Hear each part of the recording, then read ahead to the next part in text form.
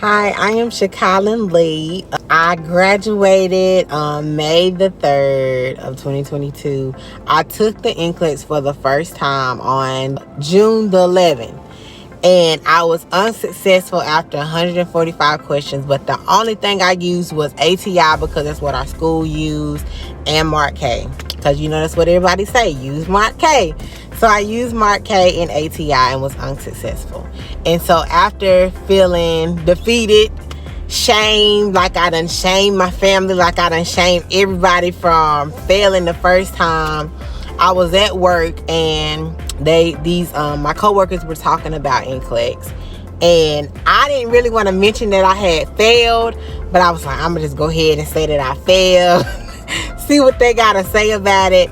And I kid you not, one of the girls that I told that I failed, she was like, have you used ReMar? I was like, what is that? I had never heard of ReMar. Nobody was talking about ReMar, nothing.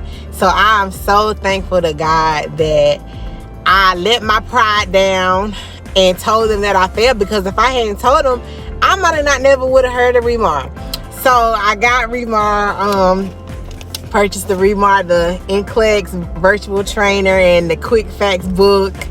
And because my test date was so quick and I had to wait for the books to come, I literally, like, she has a whole test plan for your week, to plan out your week, but I was literally doing a whole week in a day or two, literally, because I was like, I gotta finish this whole program. I gotta finish it. So thank the Lord, I finished the whole program. I was so confident that I went and took the test again, got 145 questions. I was like, Lord, now come on now, I gotta pass this time. And thank the Lord, on June the 28th, I passed the NCLEX.